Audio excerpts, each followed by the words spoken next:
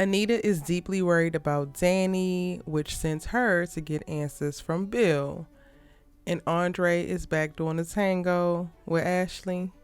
What's good, y'all? She gets this Erica Vane coming to you right here on Erica Vane TV with another Beyond the Gates video. And in this one, I'm breaking down season 1, episode number 141. If you're new here, hit that subscribe button and turn on your bell notifications so you don't miss out on any of my Beyond the Gates content and conversations. And y'all, grab a beverage. Grab some water. I have some. I'm gonna need it because I fear this is going to be a very long video. So much happened in this episode, and for me it was a lot on the surface, but then also within the subtext. And y'all know I love a little rant. Y'all know I love a little, not even love a little, I'm unhinged most of the damn time. And shout out to all the new subscribers because y'all be coming in the comments talking about something. Oh my god, I love it here. You be saying everything I'm thinking. Welcome, boo. Welcome. I just be calling it like I daggone see it. And baby, I make no qualms about putting belt to ass when belt needs to be placed to ass to somebody. And in this episode, we're going to go ahead and ask Miss Anita Dupree to step on up. Step your up, Miss Girl. I was so disappointed in Anita for most of the episode. It's like got to the very end and I was like, okay, fine. Because I'm trying to balance and trying to give her sympathy on a human level. But when I'm looking at her as a mother, oh, we got beef. And just to give y'all a quick little framing of it, I hold parents accountable for their parenting. I understand this. Most of the parents are doing the best that they damn can, but it doesn't mean it was good enough. And I'm a person who's going to call that out. If you got a problem with that, if you easily triggered by that, this is probably not the video for you, Bookie. And that's okay. I might not be the commentator for you, and that's okay, right? But I'm going to call it like I see it, as I said, and Miss Anita is the problem. This episode confirmed it for me. Miss Anita is the problem. She comes in the episode flying off the handle at Nicole's house, complaining about Dani being just like Doug and alcoholism is running rampant in her life and how they gonna save her. You hoes need a hobby. I don't remember what episode breakdown I said it in, but I've said it before. You hoes need a hobby. Because if you think that Dani Dupree marrying Andre Richardson is the worst possible thing that can happen, that is eliciting this faux-ass World War III response, this panic amongst you, then you don't have enough to do, Bookie. You don't have enough to do in your day. You don't have enough to stimulate in your mind. You need to go find a goddamn hobby. Because this ridiculous, borderline, utterly absurd fixation on both of your daughters, to be quite honest, because I'm going to get to Nicole's portion of this in a second. But your obsession in the image of your family and specifically how that is played out by way of the brands that your daughters have built, the reputations that they move through this world with, is deplorable to me. At some point, your ass needs to release. These are grown ass women in their 40s. I believe that Dani and Nicole are like in their 40s.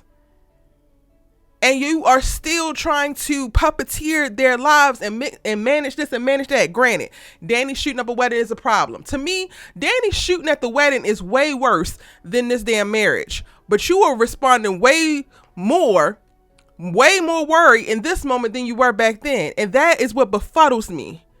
But I have to remind myself that Anita Dupree is the problem. Anita Dupree is a damn narcissist. And then that helps me shape the whole understanding of this. Because y'all want her to get this damn annulment. Y'all think, well, let's focus on the first part. Anita is correlating Dani to Doug. And I just was like, where in the hell did she get that? She pulled that from straight out of her behind. Y'all know it. Doug be drinking and gambling and he done found his ass in the ditch, and Dani be drinking, so that means that she gonna find her ass in the ditch. Anita, what? We don't never even hear Dani talking about driving anywhere. She is very much so chauffeured every damn where she goes. So now all of a sudden she gonna find her ass behind some damn wheel. They chartered a jet to drunkenly fly to Vegas and then got rides and was chauffeured the whole entire time while they were there. And now all of a sudden she gonna find her ass in the ditch because Doug found his ass in the ditch? What? Huh? We worried about her being an alcoholic, and yet and still your ass still has cocktail hours. You literally put together a toast for your damn 20-something granddaughter's lunch because this is what y'all's family do. I don't ever see your ass departing from that damn bar carton in your living room, but yeah, Dani's an alcoholic. I got so many bones to pick with Anita Dupree, because to me, that particular projection is utterly absurd. But then when you think about the makeup of like how they move within their family, specifically how she attempts to govern their family, she's the reason why Nicole is the way that she is, and she's also the reason why Dani's the way that she is, and they both are actually suffering within their lives because of it. One of the things that I have always respected Dani for from day one is how honest she is, and I respect her rebellious spirit, because people will try to force you to live a life that they believe that you're supposed to live in the way that you're supposed to live it, and how they best see fit. Meanwhile, they don't fully see you. Meanwhile, they don't take the time to really understand you. Meanwhile, they don't actually hear you when you damn speak. They have plenty of time, or they could have plenty of time to be focusing all their energy on their lives, but they so focused on your damn life. And that's exactly what's happening here with Dani. We now have to micromanage Dani out of this terrible ass mistake of marrying this man. She already has been married. She has already had kids. She has a house. She has money. Like, she quite literally has all the leisure time that she wants. She sits on boards, that's philanthropic work. What the hell about her marrying this man gives, oh my God, this is a midlife crisis, oh my God, she's an alcoholic, let's get the conservatorship ready? Not a damn thing. And for me, in speaking to the point of like, Anita don't even know her damn kids, you can't even fully see Dani for who she is. You only see the brand that she has built over the years, the wild child, the hothead, the overly emotional, the addicted to Bill.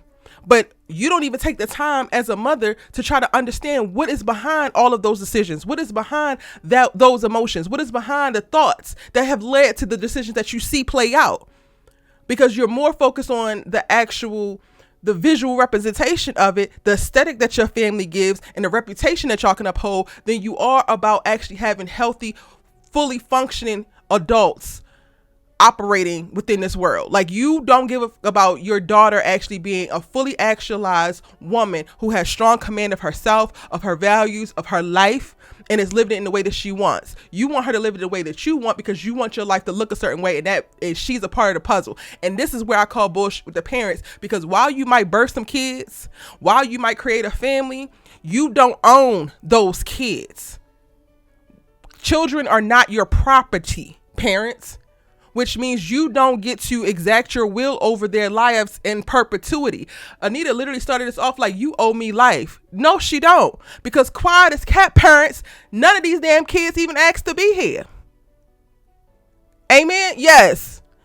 There are plenty of kids who probably would have opted out if they actually had the damn choice.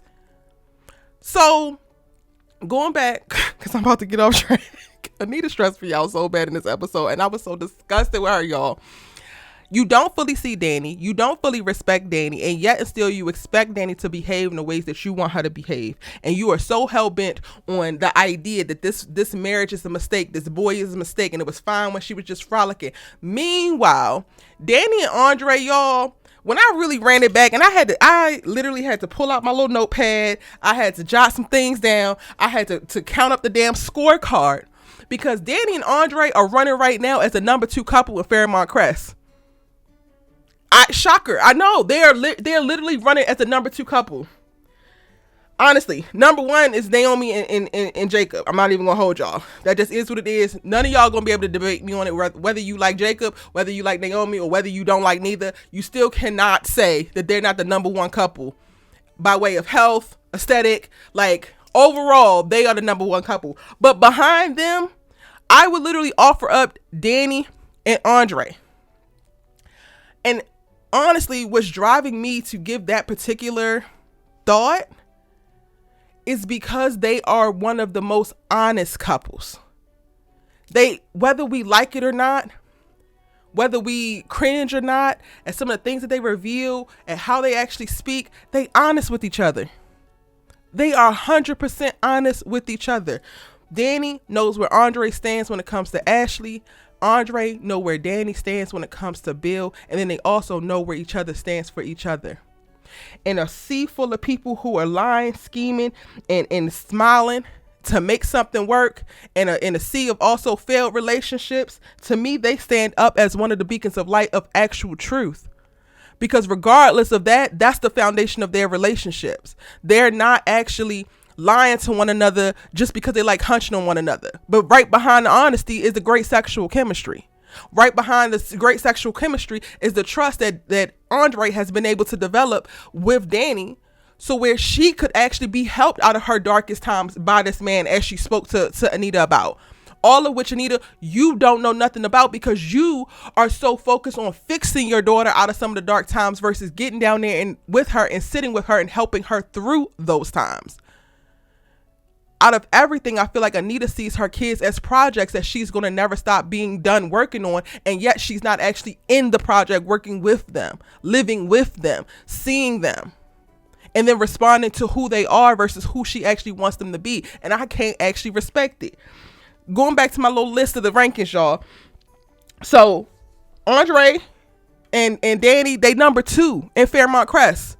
So while everybody's running around talking about this is a mistake, this is a mistake, this is a mistake, they built off of the more solid than most of y'all's failed marriages and these little situationships combined.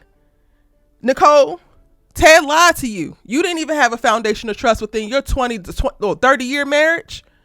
Your 30-year marriage wasn't built off trust. I think that your 30-year marriage for Ted was built off of you being the perfect candidate for what he imagined his life to be, and you could elevate him in the ways that he wanted, and then he might have fit the bill and look, and he was able to carry the mask of the man that you thought that he was, but he was never that. See, Dani don't have to worry about that, but you did.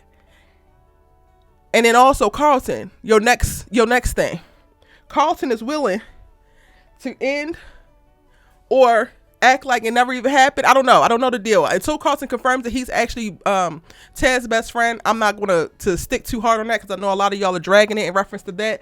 But you and Carlton are still stepping around things. Y'all not like, yes, you're honest about how you feel and your marriage is unfolding and this, that, and the third, but I don't see the radical honesty with you and Carlton that I see with Dani and Andre.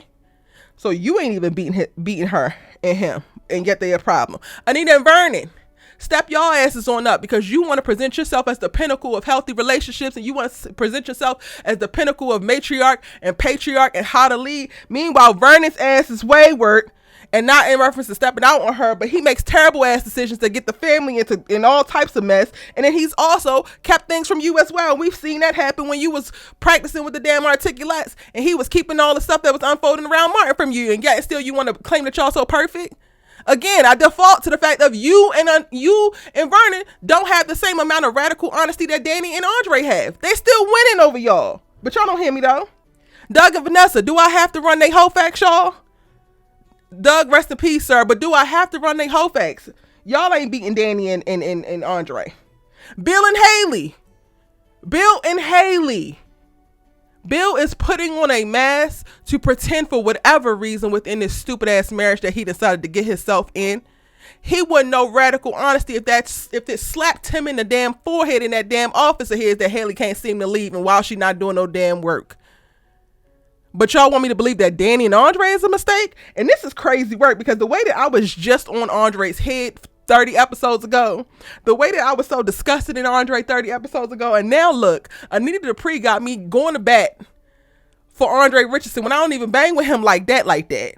But I'm gonna call it like I damn see it. Kat and Tomas.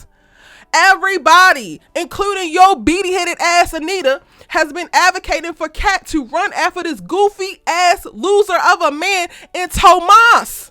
And they don't even have the radical honesty that Dani and Andre have. And Dani and Andre are making a mistake? Tomas just slept with your granddaughter's half-sister. After your granddaughter just went to said half-sister to put up a damn white flag and draw the peace sign, after said half-sister has ruined that part of your damn family. But Dani and Andre making a mistake. Y'all have bigger fish to damn fry. Y'all are focusing on the wrong things. Again, go get a hobby or go handle y'all's business, which is also a hot ass mess, before we try to jump on the Dani is a constant hot ass mess express. Dani is given the most healthy, if you ask me, the most well adjusted, if you ask me, the most human and in touch with her feelings, fully present in her body person within this whole damn family right now. If I'm gonna keep it a bean, even in looking at Naomi, right, in the healthier relationship, but yet You are coercing your husband to ignore the things that he's saying at the damn office because how it's going to affect your damn family. So I'm not saying that I'm not saying that Naomi and Jacob are perfect at all, but I still have them as number one. I just clocked everybody whole facts. So I'm gonna need everybody to back the hell up off of Dani and Andre. Okay? And we're going to start with your ass, Anita, because again, you are the reason that they're like this. You have pushed this idea of reputation. You have pushed this idea of societal standard. You have pushed this idea of how people see y'all and how you're supposed to be. And this is what ladylike is. And da da da da da da da da da da da da da. And you have laid down all of these, honestly, seemingly unrealistic expectations, especially given the personalities of the people that you're applying it to. And now you're mad that it's not being applied correctly. They were never supposed to be that. Dani is never going to be your perfect little princess, but she's still a damn great woman, if you ask me. Going through what she has gone through, being able to climb the mountains that she has climbed in way of emotional and a mental trauma, tied to this relationship, even going into said relationship and giving her all, sacrificing everything that she knew and loved. That's a lesson learned. And she's making a different decision. And she happened to marry a person this time who actually fully sees her, who listens to her and considers her. She's already ahead of the damn game, because when she walked into her first marriage that y'all asses did co-sign on, y'all were also co-signing on her shrinking herself. You were also co-signing on her abandoning herself. You were also co-signing on her propping up this man as if he's the end all be all and all that she needed in this life. And clearly that was not the damn case. And I have yet to see Andre ask that of her. The biggest issue for me with Andre is his stupid ass attraction that doesn't make no damn sense to Ashley. But other than that, he shows up how he needs to show up. Not only as her man and now her husband, but as a friend. And most of you hoes don't even know what the hell that is. I'm gonna go ahead and move on. Anita again pissed me off in this episode. Oh, actually I can't move on, because when Anita comes with Nicole to meet up with Vanessa to plan or whatever, Vanessa says something that's poignant. I'm gonna come back to Vanessa because we do have to talk about her in this episode. But Vanessa says, "I failed my children," and Anita says, No, you didn't. This is also something that's going to hurt some parents' feelings. And again, I might not be the person for you, so I'm perfectly fine if you cut it off here. Vanessa did fail them kids the same way that Anita is failing hers. And I hate the idea that she immediately rejects the idea that a parent could fail a child, because parents fail children every day. And then the kid has to recover, and the kid has to figure it out. The kid has to cultivate new community. The kid has to unlearn and then relearn. The kid has to reparent themselves to be their best version of themselves. And yes, it can sound sad, and yes, it can sound depressive, and yes, it can sound like the worst thing ever to think I failed my children. But this to me is one of the most poignant and selfless thoughts that Vanessa could have when she is a very selfish mother who has failed her children. One of the ways that I think parents first fail their children is when they make the children's lives all about them, or they're not considerate in the ways that they should be. And they both are guilty of that. So when Anita said that, I said, oh yeah, I'm on that ass, because she can't even fathom the idea of a parent failing a child. Meanwhile, her and her husband go on to fail not only her children, but her grandchildren. And specifically, they do it only fighting for the idea or propping up this idea of who they want to be in society, when they could quite literally just be who the hell they are and let the chips fall where they may. But I didn't mean to spend 20 minutes with Miss Anita and all of this, y'all. Again, I told y'all this was going to be a long one. Hopefully you got a beverage. Let's go ahead and move on. Vanessa. She says she failed them kids. I'm glad you know, Bookie. And don't let Anita Dupree convince you otherwise, because what the hell do you mean that you told your kids not to come to their father's funeral? You told your children not to come to their father's funeral because you didn't want it to disrupt their lives. Their father died. Ho, is you cool? You can't possibly be. And then when you really unearth what's going on behind that specific request, it's not because you don't want them to interrupt their lives. It's because you don't want them to find out of all the seedy little things your ass was doing that was contributing to Doug's mental state, going into him in this circumstance that we find him in and now being unalived. Darnell comes back and his ass wants answers, and he's gonna get them. You hear? Whether he's talking to Shanice down at the hospital, found out Daddy didn't quit. Well, he down there, he done met Randy at the casino, and Randy tried to protect Doug's image as best he could, and then saying, you know what, Joey, it seems like you are the one responsible for my damn daddy's death. Darnell is here and he's taking names and he wants answers. And in this episode, we get to see her actually like try to not reveal too much, but then talk about the gambling that Doug was doing prior to. But the problem is she can't speak about the gambling.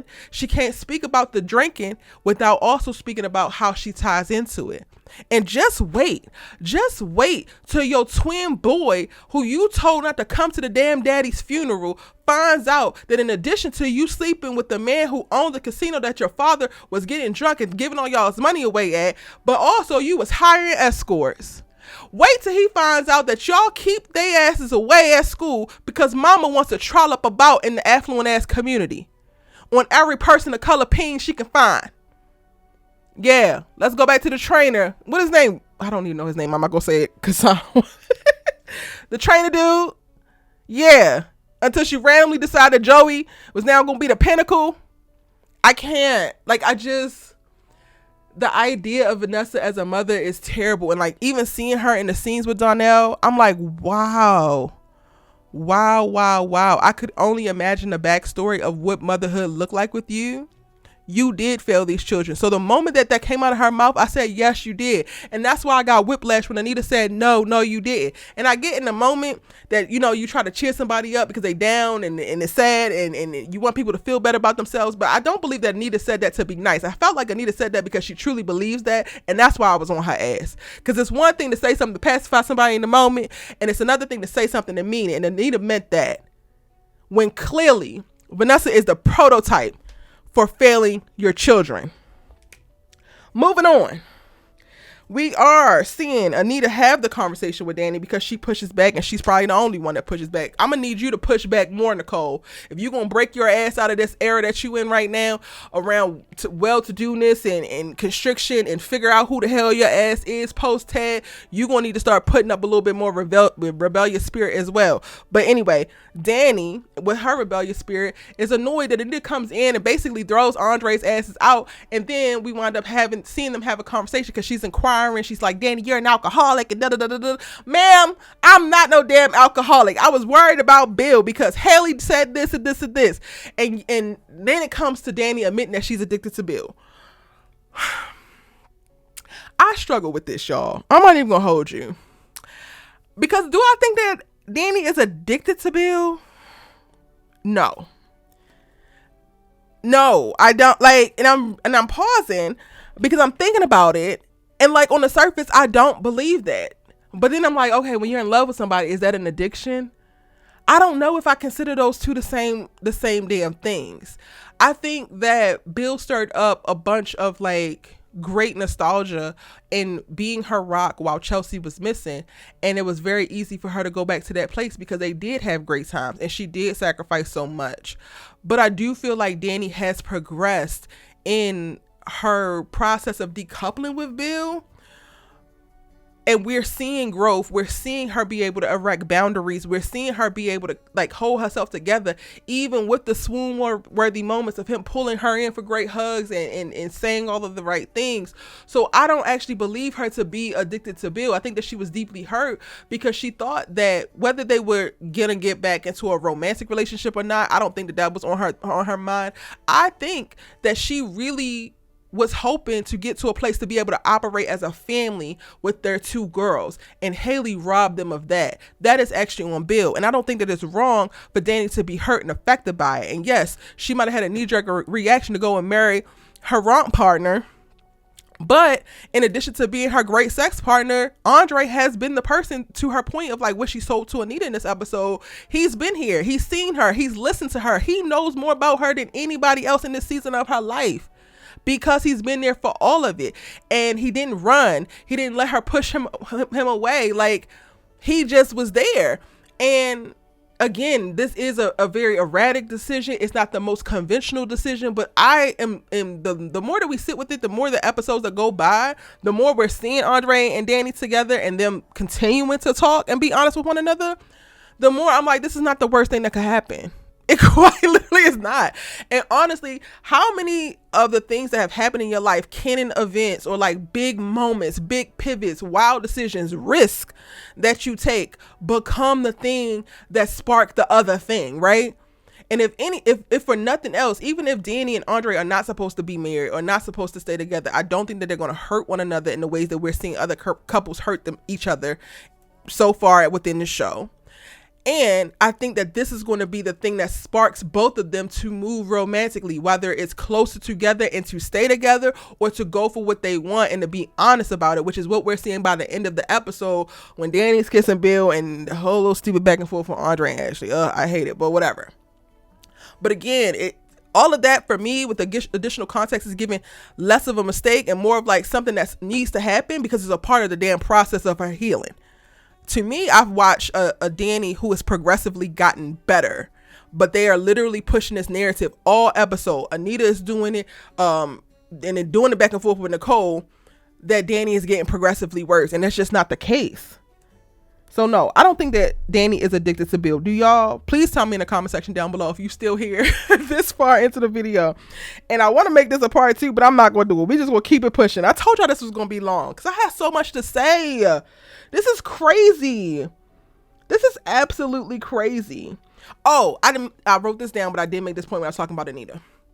So Anita telling Dani, you thought that the thought of you going to jail or dying, right, would destroy me. This is what I mean about her being a narcissist, because it's not about you. And I'm not saying that you can't be affected by the choices that your loved one make. You can't be hurt. You cannot be destroyed. But you positioning to her that you want her to make different choices because of how it's going to affect you means that your ass has missed the mark. This is why this episode is the confirmation for me that Anita is the problem. You are asking your children to make important decisions in their lives, not based off of their own thoughts, not based off of their own feelings, not based off of what they actually want to do, deeply desire, but based on how it's going to affect your emotional state. Girl, go to hell. And that's just how I feel. Now let's go to Dani and the bill of it all. Because I'm stressed. I am so stressed. Dani going to Bill like we need to figure this out and shut this down because clearly we got some kind of connection and it's costing us our marriages. I said, oh my word, please cut. Let's take this to the next episode. But they didn't. So y'all supposed to hash this out in his office, figure out how to sever y'all's ties finally. Meanwhile, he done married somebody else and now you have too, and it has been months of diabolical ass back and forth. You done shot up his damn wedding. You almost done smacked his wife. There's a faux ass miscarriage afoot. And now y'all think, and then Bill's bright ass ideas for y'all to play the dozens. Bill, your bright idea is to play the dozens with Dani, who is a phenomenally beautiful, amazing ass black woman who you don't even take seriously all the digs that you making her half the time that you making her. And then I know we gonna come to the next episode and he gonna be wondering how the hell he kissing her ass. You know how you kissing her because you don't actually hate this woman. You don't actually think poorly of her. You knew why you married her to begin with. Now the part that I'm trying to figure out is what the hell led you out of the marriage. And not just stepping out of the marriage, because clearly that has happened before and then he has let that shit slide. What the hell led you to divorce her ass and then marry somebody else? Because it's clear as day that you still love this woman. It's clear as day, while you don't always operate in it, especially in reference to consistency, you do have a certain level of respect for this woman. So what the hell, Bill? But we don't get that because the episode ends with them kissing. And I don't know what this damn kissing mean, y'all. After all of what I'm breaking down now, I can't even call it. I'm just gonna wait till tomorrow episode because I don't want to speculate right now. I really don't. It's stressing me out so bad because I done spent 20 minutes of this damn video going to bed and giving a very valiant argument, I might add, to why Andre and Dani are not a damn mistake. And yet, because it's duality over here. Shout out to the Geminis. Y'all gonna feel me. And yet, I understand that kiss needed to happen. And I have no idea where we go from here. Now, the part that really puts me in peril, well, not really, because I don't give a damn about this lady that much, but I fear I am more lenient with this little tango that's happening between Ashley and Andre down at the hospital, specifically because the Dani and Bill kiss happened. So I can't really be too mad because it's not like, but then they also have an understand. I'm just annoyed. Ashley's just not it. I feel like if it was a better girl, if it was like a girl who was like comparable to Dani that he was in love with, then I could go ahead with y'all with the love triangle-ness of it all. But this vanilla ass white woman who offers up absolutely nothing but head and shoulders, and not the kind of Erica. I cannot. This man, the moments that we get with Dani and Andre at the top of this episode are so cute and like just so, they do feel like a married couple. They do feel like an old married couple at that. There's so much synergy. There's so much respect. There's so much honor. There's so much time taken to listen to one another. And then your ass is down here at the damn hospital like some goofy ass bobblehead with your head robbing around your shoulders looking at Ashley and all. All of what?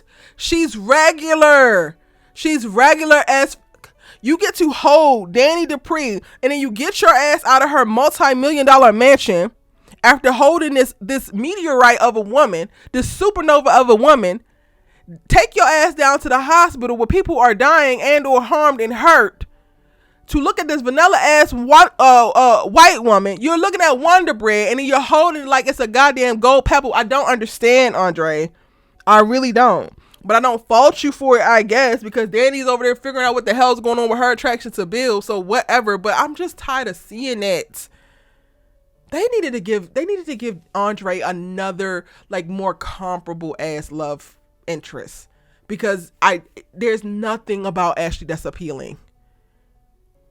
And I am biased, I understand that, but I also feel like objectively there's nothing appealing about her but her hair. She has great hair. Other than that, she gives whining ass mediocre white woman. Who the hell wants to what? Whatever. Derek, you really think, and you have settled on the plan of you gonna get your ass up and walk like you're Jesus across some damn water at your wedding, because that's the perfect time to surprise her, because you already got her ass down the aisle and you don't have to worry about her running out on you and into the arms of Andre. And Shanice has to push you to wrestle with that and then decide against that to only try to go and tell her the damn truth, only to see her engage with Andre and you default back to your plan. Please get your stupid ass out that chair and out my face, Derek, because you are taking up my damn screen time when I could be further diving into the damn dynamics of these Duprees. And now they got me watching the Wonder Bread twins do stupid while being as mediocre as possible. Even Shanice having to rack her brain and use any effort and energy to push this man to do the damn right thing. Why are we wasting this black girl magic on this mediocre ass white man? Why? Shanice, leave that man where he at. Leave that man to that damn woman who wants that other man. And girl, low-key, Shanice should be dating Carlton, but that's a whole other thing. We ain't dived into Shanice and they ain't giving her anything more than some support and stuff. So Erica, stay focused. Okay. Other than the Bill and Dani of it all, Bill pays Joey a visit early on in the episode, and this is going to continue to like further my case, because y'all are never beating the case, i.e. the criminal underbelly and all of the degenerate ass do-wrongers of Fairmont Crest. Y'all are simple. Bill, why in the hell would you take your ass to be seen with this man after you gave him information that he used to weaponize taking out Doug, and then you go down there to ask him straight up, did he damn do it? You are a damn lawyer. If he even confess that to you, now that makes you a part of the damn problem. Why are you even down here trying to confirm any goddamn thing? Cause your asses are simple. You simple, Marcel simple, Joey simple, Randy simple. All of y'all are simple as hell. Chief Hawthorne, simple as hell. Bill, I'll tell you this. You do all of this, you and Dani end up back together. I don't know if that's the case. I don't know if I'm even rooting for it. And then you take your ass to jail behind the stupid stuff that you do with these degenerates, and I'm on your ass. Because I'll be damned. I'd be damned if Dani go through all of this just for you to go do 20 years because y'all are stupid. I almost missed this, y'all, but I cannot finish this video without talking about Nicole from this episode, because the part that she plays is a very important part as well. I think she is the prototype. She has been pegged by her parents, by the privilege that they bestow, the affluence that they bestow.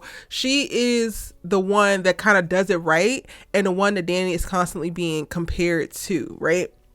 And that is what it is from the parents' point of view. Nicole is at a very interesting space in her life. And honestly, I feel like it's going to be a very pivotal time where she could choose to reject all that she has known and like go out and chart a new path for who she actually wants to be, or she can decide to double down in the path that was laid out before her, the plan that was laid out before her, and continue to work this damn Dupree this, Dupree that, which doesn't feel like it actually aligns with her.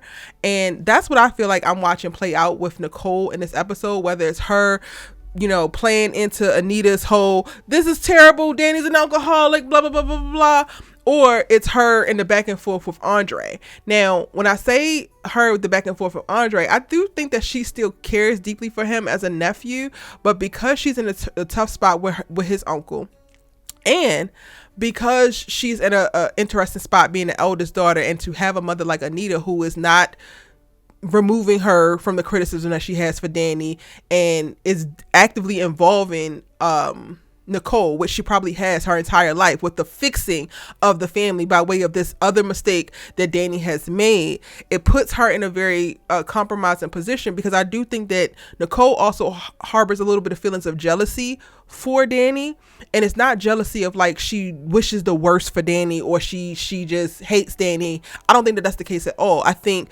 that, and I resonate with this, I think that being the eldest daughter, being the one that's supposed to always do the right thing, take the high road, turn the other cheek, do what is expected of you, be smart, be charming, be this, be that, do all of the things, and then you do all of the things, and then that's still not enough, right? But then you get to see your younger sister do whatever the hell she wants, it seems, even though she still has some of the same pressures that you've experienced. It's just to a different degree, but she has a little bit more freedom. She has a little bit more autonomy. She is charting her own path. And I think that Nicole inside is jealous of that, and is at an interesting space to be able to reflect on any resentment that she could be cultivating for her parents, but then also for the community that she has consented to being this version of herself for, because it almost feels like a big portion of this whole Dupree legacy bullshit that they be pushing is built off of everybody maintaining the roles they were assigned and never deviating from that. This is why they have such a big problem with Dani, because at any given moment Dani could be the upstanding daughter who can speak this way and do philanthropic efforts and work on the board and put together a great event, or she could be shooting up a damn wedding. And they don't like that, because you're not folding into the plan that has already been laid out for you. And Nicole has done that. And while she has seen, you know, career success, while she does have friendships and things like that, her marriage imploding is a big wake up call of like, you could do all the right things, and then people who quote unquote love you could still not do right by you, could still mistreat you, could still betray you. And while I do think that Nicole does think that this is a mistake, I think that she thinks it's a mistake for more reasons than she's letting on, and also more reasons than she even understands. And I think that the jealousy of what Andre represents, or what she's seeing Andre be, is going to become a bigger and bigger force that hopefully we get to see watch be revealed. But I wanted to speak to the Nicole of it and not leave her out of this video in an in-depth analysis, because the existence of Nicole is what affirms Anita.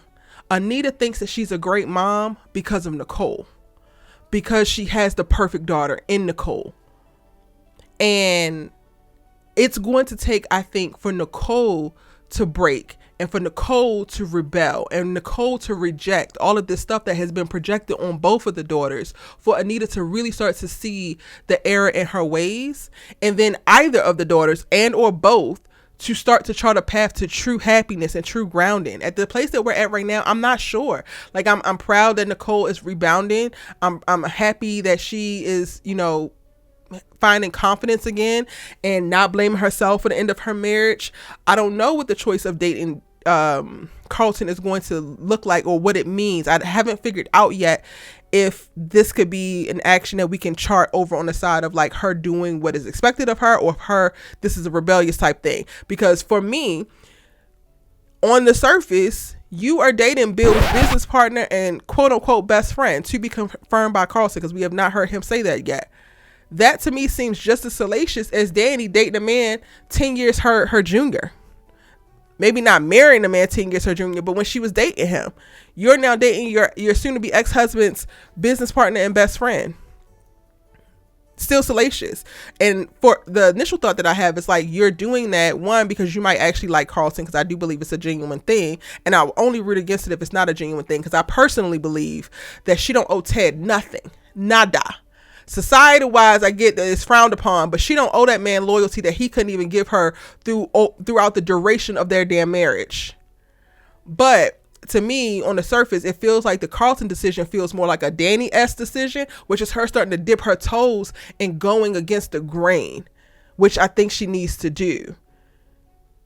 And I would love for her to do it without taking such a hard stance of judging her sister alongside her damn mama, which is hard, because standing up against parental figures when you have positioned them as a certain place in your life for a very long time, it's a hard thing to do. It's a lot of things to ask you to do at one time. You get in a divorce, you get back on the dating market, you try to do all of the things. I get it, but I'm gonna need her to relax as well, because your sister is not making as terrible decisions as you think that she is, and you are seeking out more decisions like her than you think you are. I hope that makes sense. Let me know in the comments. And that's it. I think this is the longest breakdown I've ever done. If you've made it all the way to the end, give me some stars in the comment section so that I know that you made it all the way to the end. I got to make sure that I reply to your comment and we see each other, because you a real one and I appreciate you. Let me know everything that you thought about the episode in the comment section down below. It's your good sis you love to talk TV with, and I'm going to see you in the next one.